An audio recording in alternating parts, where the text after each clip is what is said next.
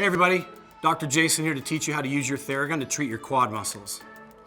Whether you like weighted lunges or you're sedentary most of the day at your desk working, your quads can become stiff, sore, and carry tension. The Theragun is an amazing device to help you find relief, increase mobility, and get the most out of your body. So here's what you're gonna do. Step 1, pick your attachment.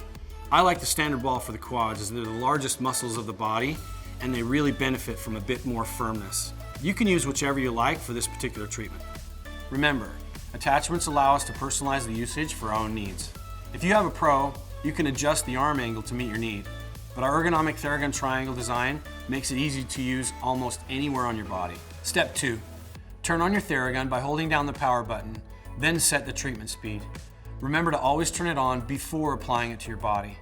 Now determine which grip will feel the most natural for you while you're treating your quadriceps. I recommend the reverse grip because of the control it provides for you. Step 3, now for the fun part, using your Theragun. If you're using your Theragun to activate or warm up your quads, we recommend the following protocol. You'll apply the Theragun for 30 seconds in total, in 10-second increments, starting with the origin of your muscle, back and forth across the muscle fibers, then to the insertion of the muscle, back and forth across the muscle fibers, and finally, go back and forth for 10 seconds along the muscle fibers from one end to the other.